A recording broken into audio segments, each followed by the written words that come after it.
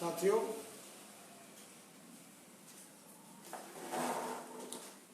हमारे Facebook live से जो जुड़ना चाहते हो उनसे आग्रह है, कृपया जुड़ जाएं। कुछ ही क्षणों में हम अपनी बात करेंगे। साथी,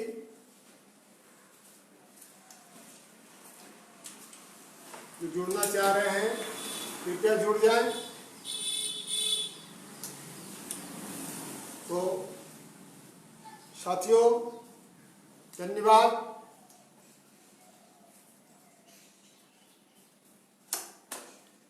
आप सभी को नमस्कार, आदाब, झारखंडी जोहार।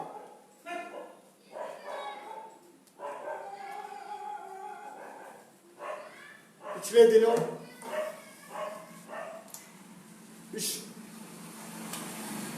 आदिवासी दिवस पर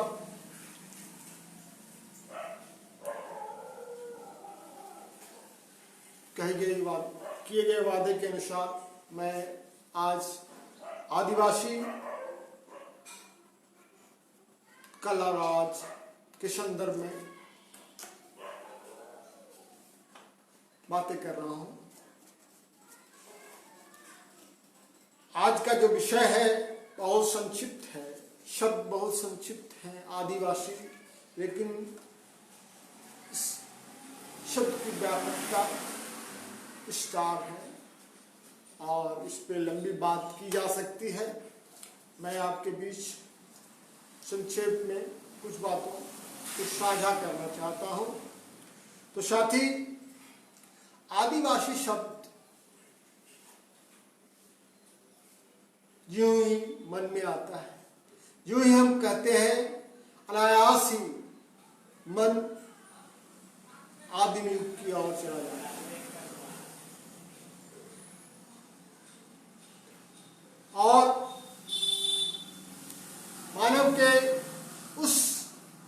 मानव के उत्पत्ति के इतिहास के उन कालों में हम जाएं जब इंसान आदिम युग में जिया करता था। उस समय सभी लोग सभी मानव आदिम थे, आदिवासी थे। वो उनका जीने का ढर्रा, जीने का अंदाज और जीने की व्यवस्था भी कहिए, वो जंगलों में हुआ करता था। आप इतिहास के उन पन्नों को उठा के देखें, उन कालों को उठा के देखें, पूर्व शान काल, तो उन दिनों इंसान का क्या स्वरूप था।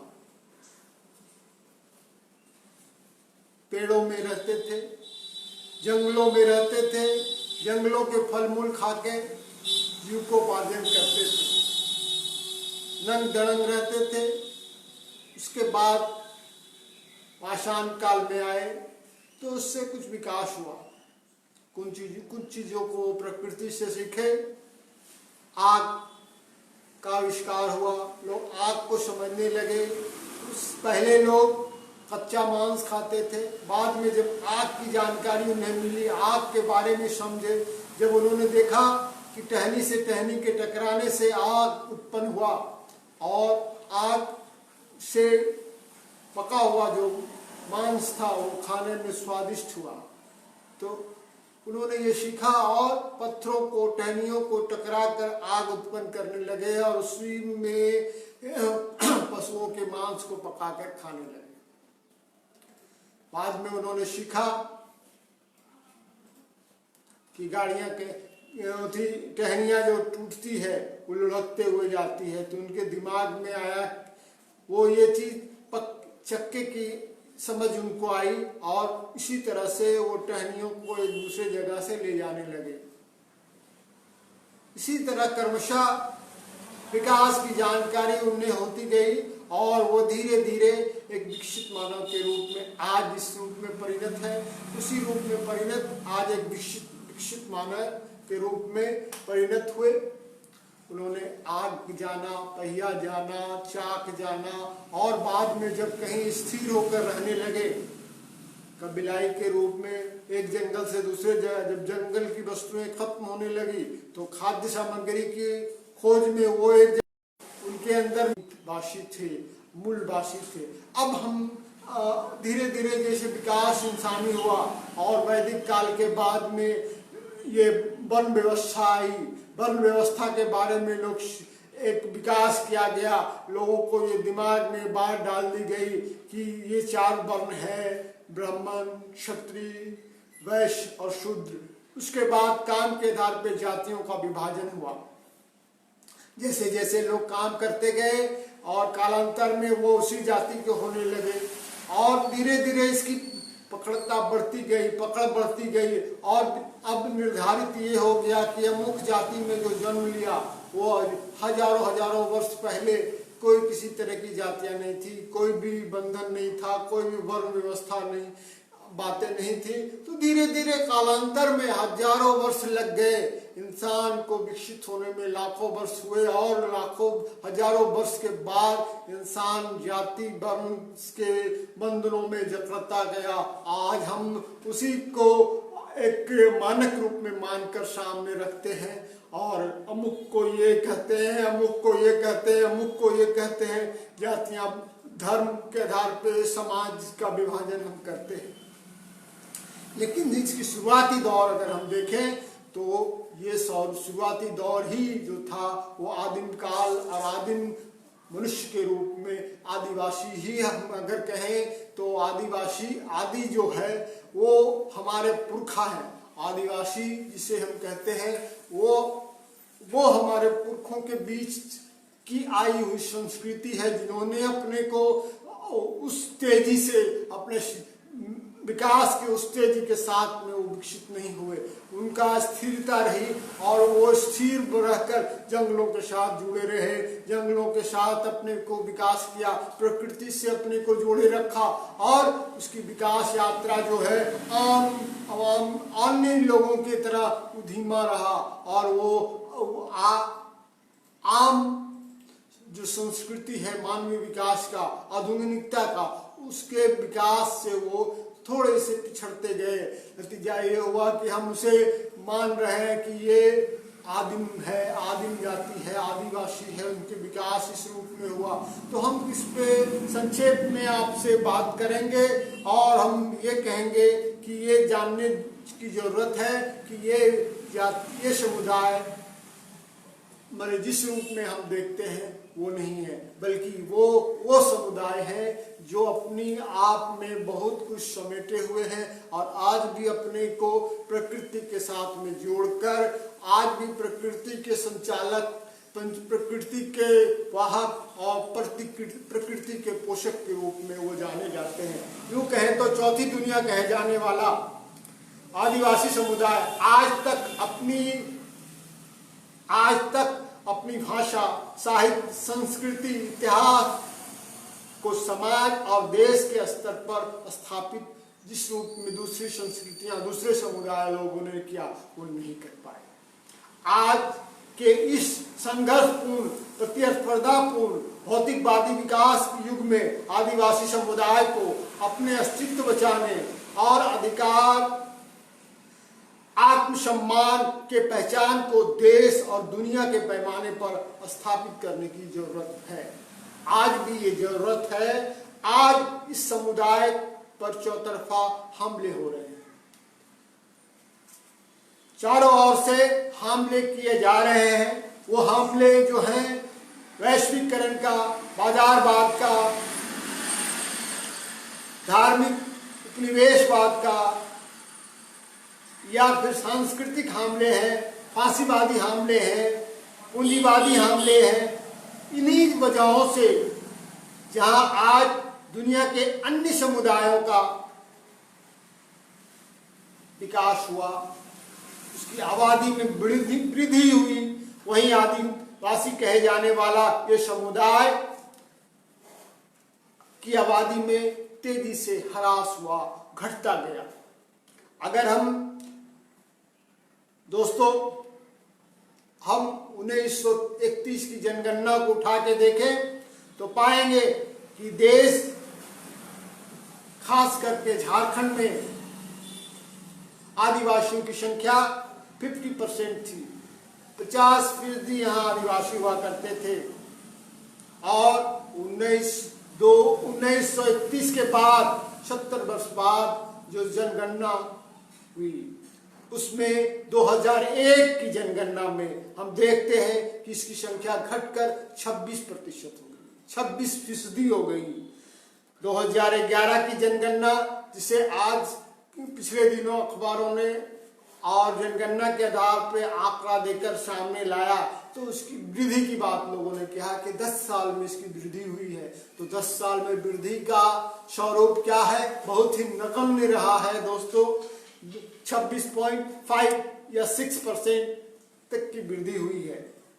तो देश में आदिवासियों की आज की मौजूदा जो स्थिति है वो देखें तो 8.3%, कुछ लोग उसको मान लेते हैं कि 9% तक आदिवासियों की आबादी है। झारखंड में जो आबादी है उसमें से ज्यादातर आबादी जो है झारखंड ही नहीं बल्कि दूसरे प्रांतों में, केंद्रीय शासित राज्यों में, और उसमें ज्यादातर जो इलाका है वो सुदूर दुर्गम इलाकों में रहने वाले आदिवासियों की संख्या है। अगर 2011 की जनगणना के अनुसार हम देखें तो यहाँ की कुल जनसंख्या 86, झारखंड की कुल जनसंख्या 86,45,042, जिसमें से आदिवासियों के 32 फिरके हैं, 32 फिरके इसमें शामिल हैं, जिसमें से फिरका शब्द अगर ना भी कहें तो विभिन्न आदिवासी है, उसके प्रारूप है, जो उसके स्वरूप है वो 32 प्रकार शामिल है, जिसमें से 14,18,684 ईसाई, 42,35,786 सरना है। सरना आदिवासियों का मूल धर्म है। सरना प्रकृति धर्म है, जिसमें वो अपने आप को एक अलग धर्म के स्वरूप में मानते हैं और वो प्रकृति पूजक हैं। वो वृक्षों की पूजा करते हैं, वृक्ष में ही अपनी बोंगा को ढूंढते हैं। उनका मानना और जानना भी है, कहना भी है, उनकी ये प्रमाणिकता है इनके ये कि वो अपने देवता को बोंगा कहते हैं और वो वृक्ष में अपने देवता को मानते हैं कि ये वृक्ष में ही उनकी देवता है। और उसके एकमात्र देव वो कहते हैं जो है सिंबोंगा। सिंबोंगा का मतलब होता है सूर्य।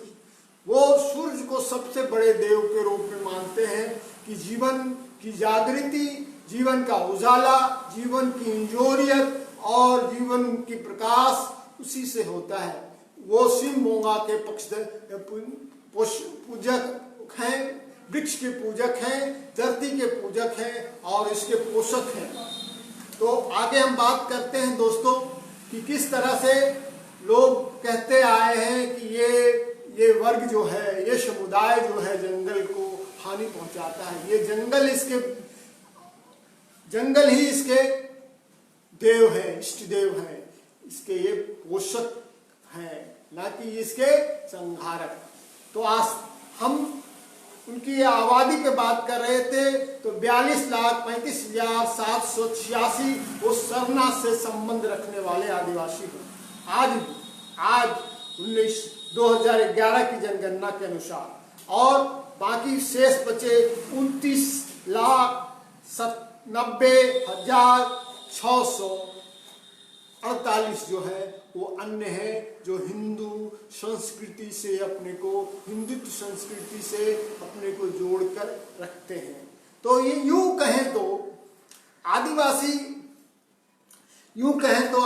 की जीवन की शैली ही अलग है। अगर डॉक्टर रामदयाल मुंडा के शब्दों में कहें तो आदिवासी के बारे में उनका मानना था कि उनके लिए उन्होंने एक शब्द कहा, बहुत ही बेहतर शब्द, जो नाची सो बाची।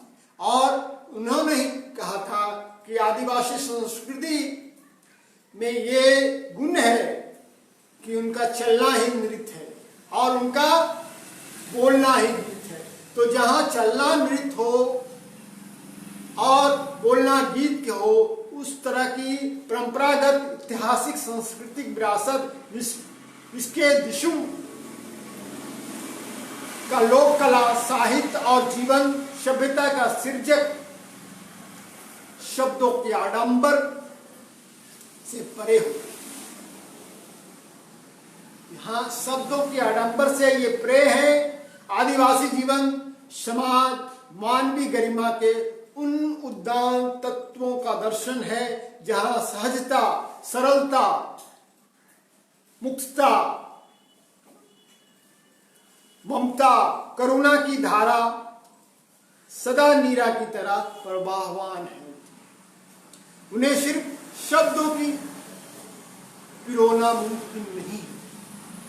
कहने का तात्पर्य है कि आदिवासी दर्शन के बुनियादी तत्वों की अनदेखी उनकी सहज मानवीय प्रवृत्ति की बाहरी संस्कृति के हमले और दमन के लंबे इतिहास ने उनके जीवन के पीछे धकेल दिया है। दोस्तों, ऐतिहासिक पृष्ठभूमि पर नजर डाले।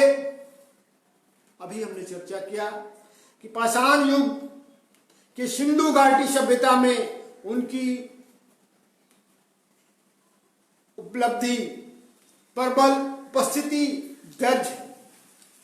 जो भारत के सबसे पुराने संस्कृति सिंधु घाटी सभ्यता है, वो उस जमाने की है जब इंसान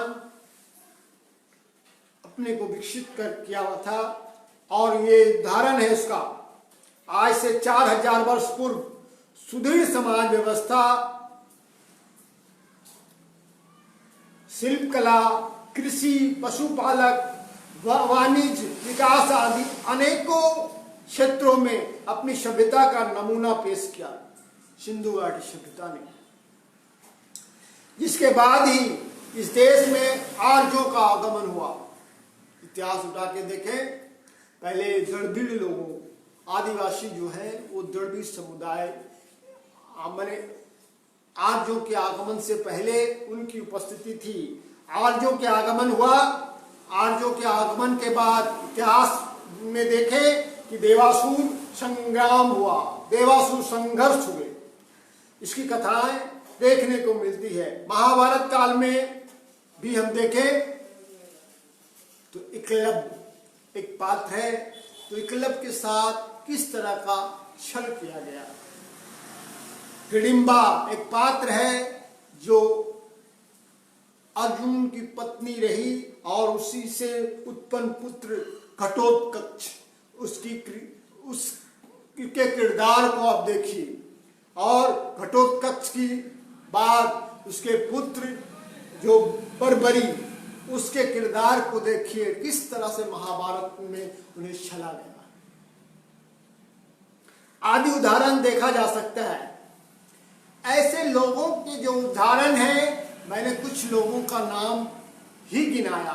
अगर इतिहास के पन्ने में एक एक करके हम देखें तो वैसे पात्र जो नायक की भूमिका अदा किए। एक बर्बरी चाहता तो पूरी महाभारत को घंटों नहीं माने मिनटों में खत्म कर देता, उन्हें छत से खत्म कर दिया गया। दोस्तों, तो मैं इन चीजों पे अभी महाभारत की कथाओं पे नहीं, बल्कि मैं ये इसलिए उदाहरण दे रहा हूं कि ये पात्र रहे और उनके साथ में ये किए गए किस तरह से।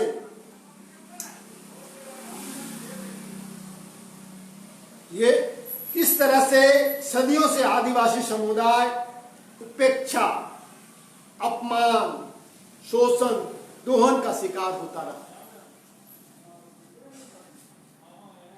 छला गया, ठगा गया, उनके स्वाभिमानों का गला घोटा गया, फिर भी वे अपने स्वाभिमान को कभी झुकने नहीं दी। एक ऐसा समुदाय है, बार बार उस पे आक्रमण होता गया, उसके स्वाभिमान पर ठोकर लगाने की कोशिश की गई, उन्हें कुचलने का प्रयास किया गया, लेकिन उसके स्वाभिमान इस रूप में है कि वो कभी झुका नहीं, कभी टूटा नहीं, हमेशा अन्याय के विरोध में उठकर खड़ा होने की प्रवृत्ति इस समुदाय में रही है। और ये समुदाय को अगर शब्द की परिभाषा में गढ़े तो ये समुदाय के लिए ये शब्द माकूल होगा कि एक विशेष पर्यावरण में रहने वाला, एक ही बोली बोलने वाला, सामाजिक जीवन शैली को सजाकर एक ही देवी देवता को मानने वाला, समाज संस्कृति जीवन यापन करने वाला और मानव समुदाय, वह समुदाय मानवीय समुदाय ही आदिवासी है। तो वास्तव में आदिवासी आज के पूर्व का मनुष्य है जो भूमि का मूल मालिक है। सही मायने में कहें तो वही क्षेत्राधिकारी है, वही प्रकृति और धरती का विकास के साथ में पैदा हुआ है, पनपा है, बसा है, जवान हुआ है, प्रकृति का सत्यार्थी है, प्रकृति का सहजीवी है, जो सहनशीलता की सीमा तक सहन करता है और अन्याय को कभी स्वीकार नहीं करता है, वो है आदिवासी। दोस्तों, सदियों से आदिवासियों को खदेड़ने का काम जारी है। उन्हें जंगलों से आदिम जीवन जीने को मजबूर कर सभ्यता से दूर रखने की साजिश भी इसी बीच जारी रही है और जारी रहा है उनका शोषण, जारी रहा है उनका दोहन। उनकी संस्कृति को ना तो यहाँ के दबंगों, यहाँ के सामंतों ने पनपने या विकसित होने दिया और ना ही उसे आत्मसात कर मुख्य धारा में शामिल होने दिया। उल्टे ही उन्हें असभ्य, आदिम, जंगली पहचान देकर उन्हें हीन भाव से भरा, उनके ऊपर वर्चस्व कायम किया। फलस्वरूप आदिवासी समाज ठहर सा गया, सोच का विकास रुक गया संस्कृति और भाषा का विकास। तो दोस्तों, आज कोई सबसे बड़ा खतरा अगर आदिवासी समुदाय को है तो वह है उसकी पहचान मिटाने की। तो इतिहास बताता है किस तरह से उन्हें छला गया, उन्हें ठगा गया, उन्हें बार बार खदेड़ने का प्रयास किया गया। आज भी सबसे बड़ा खतरा है उनकी पहचान मिटाने की। 21वीं सदी में उनकी पहचान मिटाने की साजिश योजनाबद्ध तरीके से रची जा रही है। किसी भी जमात, समुदाय, जाति, नस्ल, व्यक्ति या फिर कबीला अथवा देश को मिटाना हो, उसकी पहचान मिटाना का काम सबसे पहले शुरू किया जाता है और फासिस्ट शक्तियों के द्वारा यह काम शुरू कर दिया गया है। आदिवासी प्राकृतिक पूजक होता है। आदिवासियों का अपना धर्म शरणा है। जो प्रकृति धर्म है वह पेड़ों और अपने पूर्वजों की पूजा करता है। अपने पूर्वजों के कब्र पर वो एक पत्थर लगाता है ताकि स्मृति के स्वरूप में सभ्य लोग अपने कब्र बनाते हैं और उसे क्या कहते हैं कि उसे कब्र को बहुत डेकोरेट करते हैं। लेकिन आदिवासी अपने कब्र पे एक पत्थर लगाते हैं जिसे वो शीशन कहते हैं और इसी को वो स्मृति चिन्ह मानकर उनकी पूजा करते हैं। और जैसे कि चर्चा हम कर चुके हैं साथी कि वो सिंह मोंगा के पुजारी हैं, अपने पूर्वजों की पूजा करते हैं और उनका मानना है कि वृक्ष में बोंगा है और वो बोंगा की मतलब वृक्षों की पूजा करते हैं। तो जो पेड़ों, उनका मानना है कि उनकी बोंगा जो है पेड़ों में निवास करता है, वो आकाश में विचरण करने नहीं करता है। उनका बोंगा आकाश में विचरण नहीं करता है, वो पेड़ों पे निवास करता है। उनकी पहचान को साजिश की तरह खत्म किए जा रहे हैं। बावजूद इसके आदिवासियों की एक जमात शरणाधर्म कोड की मांग आज की जा रही है और उन्होंने अपनी इस मांग को बहुत ही तेजी से उभारने का और वो मांग पूरे देश के स्तर पे मांग की जा रही है कि इस मांग को वो सामने रखे और उनके धर्म सरना कोड के रूप में शामिल किया जाए। तो मुझे लगता है कि बहुत जल्द इसे शामिल कर लिया जाएगा और आदिवासियों की एक स्वतंत्र धर्म की मान्यता मिलेगी। साथियों, इतना ही नहीं, इस देश में जब जब उनकी बहादुरी की बखान को आप देखिए, उनकी बहादुरी का स्वरूप को देखिए। उन्हें छला ठगा तो जरूर गया, लेकिन वो अपने स्वाभिमान को कभी झुकने नहीं दिए और जब जब इस देश पे विदेशियों का आक्रमण हुआ उसमें आगे बढ़ चढ़कर आदिवासियों ने हिस्सा लिया। आदिवासी का इस जमात हमेशा कभी भी समर्पण नहीं किए दूसरे जातियों की तरह, दूसरे समुदाय की तरह। वो लड़ते लड़ते मरे गए, झुके नहीं। सबसे पहला उदाहरण हम लेते हैं 1856 में संथाल हुल हुआ। संथाल हुल में आदिवासियों ने झुका नहीं, अंग्रेजों के दांत खट्टे कर दिए और संथाल हुल का नतीजा है संथाल परमानेंसी एक्ट बना। उसके बाद 56 के बाद 57 में देश की आजादी की पहली लड़ाई लड़ी गई, उसमें भी आदिवासियों ने बढ़ चढ़कर हिस्सा लिया और घोषित किया। उन्होंने न सिर्फ अंग्रेजी हुकूमत से लड़े बल्कि उन्होंने देशी रियासतदारों से, महाजनों से, शोषकों से, साहूकारों से भी लड़ाई की और उन्हें ये सबक सिखलाया कि वो उसके शोषक हैं और शोषण को हम कभी टिकने नहीं देंगे, शोषण को हम कभी पलने नहीं देंगे, हमारे ऊपर होने वाले जुल्म को हम कभी सहेंगे नहीं। उन्होंने 1797 में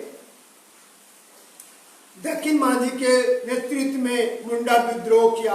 1820 से 21 में सीमू में हो विद्रोह किया। 1831 से 32 तक फिर कोल विद्रोह किया। उनकी लड़ाई में आदिवासियों ने बढ़ चढ़कर हिस्सा लिया। 1857 की लड़ाई स्वरूप के खत्म होने के बाद 19 में बिरसा मुंडा के नेतृत्व में उलगलान किया गया। उसके बाद फिर आजादी की लड़ाई में बढ़ चढ़कर आदिवासियों ने हिस्सा लिया। तो दोस्तों, यह है आदिवासियों का इतिहास कि उन्होंने हमेशा विदेशी आक्रमणकारियों को दांत खट्टे किए, उनको सबक सिखलाया, उनको ये सिखलाया कि ये सिंह मोंगा की धरती है और ये धरती हमारी है, इसकी मलकियत हमारी है, हम तुम्हें कभी बख्शेंगे नहीं। देश के आजाद होने के बाद अंग्रेजों ने सबसे पहले समझा ये आदिवासी समुदाय ये जुझारू, लड़ाकू और विद्रोही समुदाय है। सबसे पहले उनके पेट पर, जिसको कहते हैं कि लात मारा, उन्होंने सबसे पहले आदिवासी समुदाय के लिए जंगल पर रोक लगाया। उन्होंने सबसे पहले काम किया कि जंगल में आदिवासियों का प्रवेश नहीं हो, उस पर निषेध लगाया, उसके लिए कानून बनाए और वन कानून बनाकर आदिवासियों को उससे वंचित किया गया। आजादी के बाद औद्योगिक क्रांति हुई, व्यापारिक धननादों के द्वारा उनके जमीन को छीने गए, जंगल वासियों को की परंपरागत अधिकारों का हनन किया गया, जंगल को व्यवसायीकरण किया गया, जंगल उन ठेकेदारों, जंगली कानून बनाकर जंगल को ठेकेदारों को हाथों दिया गया और वो ठेकेदार जंगल की कटाई करने लगे। जंगल से आदिवासियों का जीवन का जीविकोपार्जन का उनके जीने का आधार था, जिसे धीरे धीरे वंचित किया जाने लगा। अंग्रेजों ने समझा कि यही इसका मूल आधार है, इसीलिए इसे नष्ट किया जाए। ये सिलसिला लगातार जारी रहा और ये आज भी जारी है। बलपूर्वक उन्हें उखाड़ने उजाड़ने की साजिश की जा रही है। आजादी के बाद भी सरकारें आई और साम्राज्यवादी शक्तियों के सिद्धांत को उन्होंने दोहराया। उन्होंने सशक्त सबल कानून बनाया और आदिवासियों की जंगल से खदेड़ने की उन्होंने भी प्रयास किया। 1860-61 में डेबर कमीशन में ये बात का उल्लेख है और उन्होंने टिप्पणी किया है। 1984 में नेशनल रिपोर्ट सिसिंग के जो एजेंसी है उसके द्वारा जो अध्ययन किया गया, उसमें भी उल्लेख किया गया है कि 70 से 80 के दशक में भारत में वनों की विस्तार में बहुत कटौती हुई, बहुत गिरावट आई और 16.9% ही घटकर जंगल घटकर धीरे धीरे जंगल घटकर 14% तक रह गया। और उसके पहले अंग्रेजी हुकूमत के समय लगातार जंगलों की कटाई हुई, वृक्षों की काट करके विकास के नाम पे ये कटाई होती गई और वृक्ष की संख्या बहुत कम रह गए। देश जब आजाद हुआ उस समय भी 60 से 70% के दशक में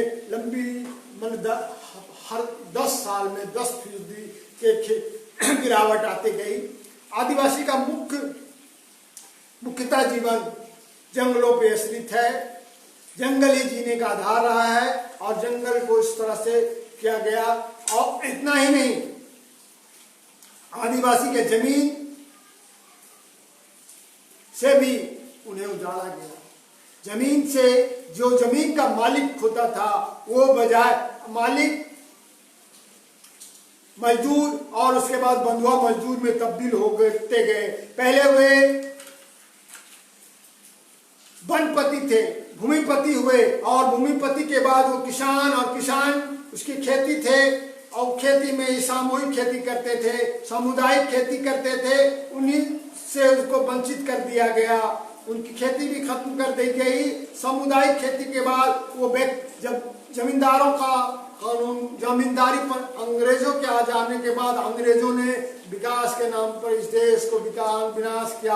अंग्रेजों ने महाजनी प्रथा को पनपने दिया, जमींदारी प्रथा की शुरुआत की और जमींदारी प्रथा के आने के बाद ही इस देश में सामुदायिक खेती का स्वरूप व्यक्तिगत संपत्ति के रूप में होने लगा। तो और आदिवासियों का जो संस्कृति है वो सामुदायिक खेती करते थे और जब जमींदारी प्रथा आया तो व्यक्तिगत खेती होने लगा। इससे भी उनकी खेती बहुत खत्म होती गई और तरह तरह संथाल प्रेसिडेंसी एक्ट बनाने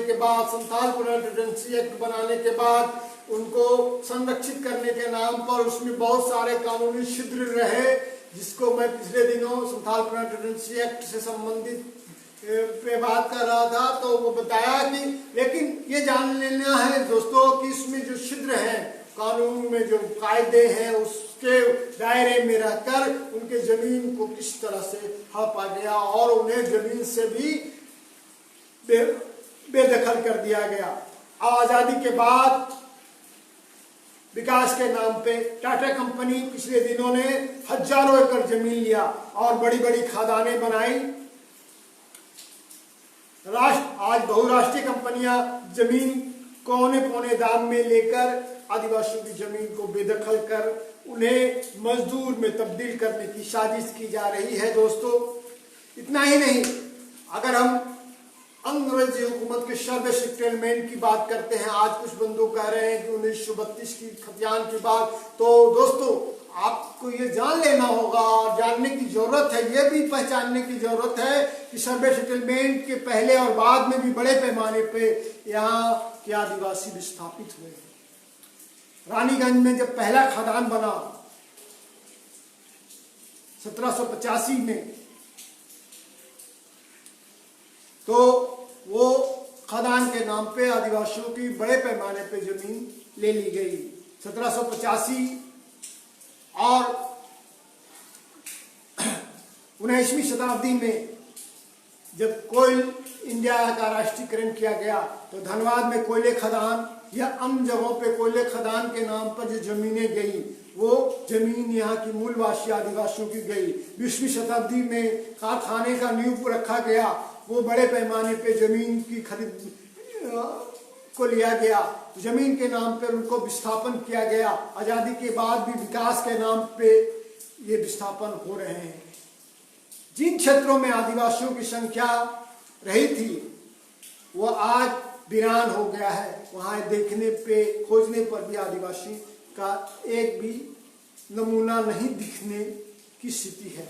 तो दोस्तों, सीधे सीधे आदिवासी ब्रिटिश कानून की पेचीदगियों का शिकार होते गए। आज भी बहुत सारे आदिवासी समुदाय सर्वे सेटलमेंट के कागजात को अपना नाम दर्ज नहीं करा पाए। इतना ही नहीं, उन्होंने अपना नाम तक दर्ज नहीं करा पाया। 1932 और 33 की सर्वे सेटलमेंट के पहले से यहाँ अंग्रेजों द्वारा 1793 में अस्थायी बंदोबस्त किए जाने एवं जमींदारी प्रथा को थोपने के बाद आदिवासियों की और गरीब किसानों की जमीन छीनती गई। इसका इतिहास रहा है। 1793 में पहले जमीन यहाँ के जमीन पे सामुदायिक खेती होती थी। जमींदारी प्रथा के आने के बाद व्यक्तिगत स्वरूप से वो परिणत हो गया। सामुदायिक खेती खत्म हो गई, गांव समाज बिखरता गया, व्यक्तिगत संपत्ति की बात की जाने लगी। इसके परिणाम स्वरूप अंग्रेजी हुकूमत ने बाध्य होकर जमींदारी प्रथा के अंतर्गत जब इसका विरोध किया गया, पुरजोर जब विरोध किया गया, जमींदारी प्रथा की घोर विरोध किया गया, तब बाध्य होकर उन्होंने कुछ ऐसे कानून बनाए जिससे कि कहा जाए कि बहुत कुल नहीं, बहुत ही माने झुनझुना की तरह उन्हें दे दिया गया कि उनकी जमींदारी व्यवस्था के अंतर्गत ही कुछ हद तक परंपरागत सामुदायिक विकास कानून के जरिए कुछ जोड़ दिए गए। उदाहरण स्वरूप हम कहते हैं कि छोटा नागपुर में कुहरी और खुटहरी जो की अवधारणा को स्वीकार किया गया। उसी तरह से संथाल परगना में जमींदारों के अधिकार को कटौती करने के लिए प्रधानी व्यवस्था एवं ब्रिटिश कोड के आधार पर उन्हें कुछ अधिकार दिए गए। इन दोनों क्षेत्रों में अलग अलग काश्तकारी अधिनियम तो है, उसके बावजूद भी झारखंड की जमीन आदिवासियों गरीबों के हाथों से जाती रही, निकलती रही। प्रक्रिया गैर कानूनी और कानूनी दोनों ही आधार पर रहा। अगर उदाहरण स्वरूप हम देखें कि उनके जमीन छीनने की प्रचलित नियमावली और कानून जो व्यवहार में लाए जाते हैं वो है भुगतबंधा, वो है जेल पड़ोसी, वो है इस्तीफानामा, वो है सिक्मो, वो है कुर्फा और टाइटल सूट आदि का इस्तेमाल करके महाजन, जमींदार, साहूकार, दबंग, अपराधी किस्म के दन्ना सेठ लोग उनकी जमीन को छीनते रहे, उनसे हड़पते रहे। इस तरह से आज भी आदिवासी खदेड़ा जा रहा है।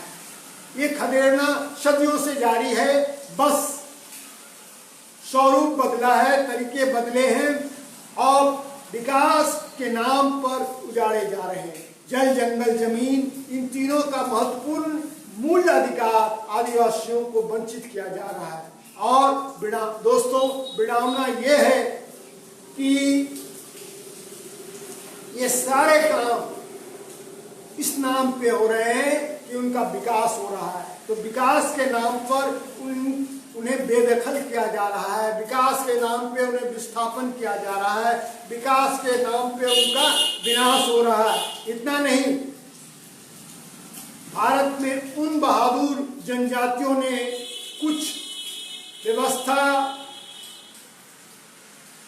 ऐसे व्यवस्था के लोग हैं जो इन जनजातियों को जुझारूपन को देखते हुए ये टिप्पणी करते हैं कि ये लोग क्या है, देश से प्रेम नहीं करते हैं, ये देशद्रोही हैं, और इन्हें लोग दूसरे अपराधी के रूप में मानकर इन्हें सजा देने के भी लोग प्रयास करते हैं। तो ऐसा मान्यता कुछ तत्वों के द्वारा दी जा रही है। सबसे दुख की बात यह है कि आज कुछ लोग आदिवासियों के हित की बात को लेकर सामने तो आते हैं, पर ये लोग आदिवासियों के हित और उसके शुभचिंतक नहीं है। व्यक्तिगत हित से ज्यादा काम चलाते हैं, अपनी व्यक्तिगत हित की साधने की बात करते हैं। कुछ सियासतदान इनके नाम पर सियासत भी करते हैं, पर वो ढाक के तीन पात हैं। आज थोड़ी बहुत विकास अगर नजर आ रही है तो वो विकास आदिवासियों के होने का मुख्य कारण उनके स्वास्थ्य और शिक्षा पे कुछ काम हुआ है, जिसमें ईसाई मशीनरियों की कुछ भूमिका रही है।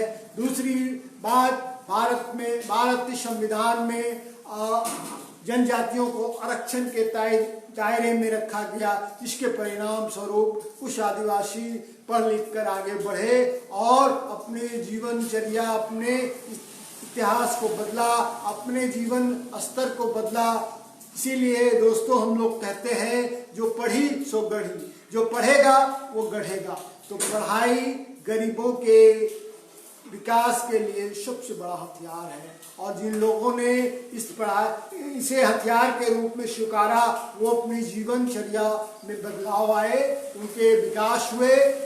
और इस विकास में बाबा साहब अम्बेडकर के आरक्षण नीति और संविधान में जो अधिकार उन्हें दिया गया है, तो उनके बूते पर आदिवासियों के बहुत कम मायने में उनका विकास हुआ। जिन्होंने पढ़ाई की और पढ़ाई में एक भूमिका क्रिश्चियन मिशनरियों की भी रही है, जिन्हें पढ़ाई में, शिक्षा में उन्हें मदद किया। झारखंड अलग हुआ, झारखंड के अलग होने के पीछे ये मायने था कि झारखंड आदिवासी बहुल एरिया है और झारखंड आदिवासी बहुल के नाम पे झारखंड अलग राज्य बना। आज झारखंड बने हुए कुल 20 वर्ष हो गए। अगर विकास के आंकड़ा को आप देखें तो कुछ जो आगे बढ़े हुए आदिवासी तबका, जो चालाक, जो सियासतदान लोग थे, उनका विकास तो जरूर हुआ, लेकिन वो लोग जो कल भी हाशिए पे थे, कल भी जंगलों में जी रहे थे, कल भी जो मेहनत मशक्कत कर रहे थे, उनकी जिंदगी और उनके जीवन स्तर में कुछ भी इजाफा नहीं हुआ है। तो उनके नाम पर सियासत जरूर किए, बड़े हुए लोगों ने उसका फायदा जरूर उठाया। कुछ जो सियासत करने वाले, उनके नाम पे सियासत करने वाले लोग थे, वो आगे आए, उनका बारा न्यारा हुआ, उनका विकास हुआ। ये भी नहीं कह सकते हैं कि आदिवासी राज्य बनने के बाद आदिवासियों के हाथ में बाग दौड़ गए, आदिवासी ही यहाँ के मुखिया बनते रहे, बावजूद उन्होंने ईमानदार पहल नहीं किया। उनकी अगर ईमानदार पहल होती तो यहाँ के आदिवासी के नाम पर बनाए हुए राज्य में आदिवासियों का सामूहिक, सामुदायिक और उनके सार्वंगिक विकास उनका होता और आदिवासी समुदाय आगे बढ़कर मुख्य धारा से जुड़ते और उन्हें वो चीज करने की जरूरत है। आज भी उन्हें इन चीजों से वंचित रखा गया है। उन्हें जरूरत है कि उन्हें शिक्षा पर जोर दिया जाए, उनके विकास किए जाए। शिक्षा एक बहुत बड़ा माध्यम है जिससे कि इंसान अपने जीवन स्तर को ऊंचा उठा सकता है। वो गरीबी से लड़ने का एक हथियार है, वो विकास के रास्ते को खोलता है। इसीलिए जरूरी है दोस्तों कि आदिवासी की अगर हिमायती करने वाले जो सियासतदान हैं, वो सबसे पहले आदिवासी के जीवन स्तर को ऊंचा उठाने के लिए उन्हें शिक्षित करें, उन्हें हुनरमंद बनाए, उन्हें जंगलों से, कंदराओं से बाहर निकालकर उन्हें मुख्य धारा में उनके संस्कृति को बदले नहीं, लेकिन उनके अंदर में शिक्षा का संचार प्रसार जरूर करें ताकि वो अन्य जो उनके भाई शिक्षित होकर आगे बढ़े हैं वो भी आगे बढ़ें और अपने जीवन को बेहतर करें। दोस्तों, मैं इन शब्दों के साथ अपनी वाणी को समाप्त करता हूं कि हम लड़ रहे हैं इसलिए कि इंसानियत जग में जी सके, इंसान का खून कोई शैतान न पी सके। तो आदिवासियों के जीवन स्तर में ये शेर माकूल है कि वो इसलिए लड़ रहा है कि इंसानियत जिंदा रहे, इंसानियत जिंदाबाद रहे, इंसानियत जी सके और उनके शोषण करने वाले जो शोषक हैं शैतान, उनसे वो लड़ सके और वो लड़ते रहे हैं। इससे उनके जीवन स्तर पे, उनके जीवन के लिए माकूल है। तो दोस्तों, बातें तो इस विषय पे बहुत लंबी की जा सकती है। समय को देखते हुए मैं अपनी बात को यहीं समाप्त करता हूँ।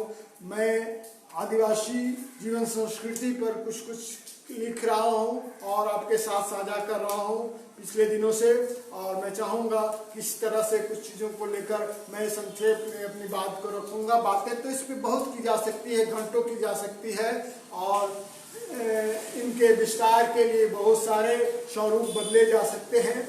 इस पर भी बात होनी चाहिए। तो दोस्तों, आज मैं अपनी बात यहीं समाप्त करता हूँ।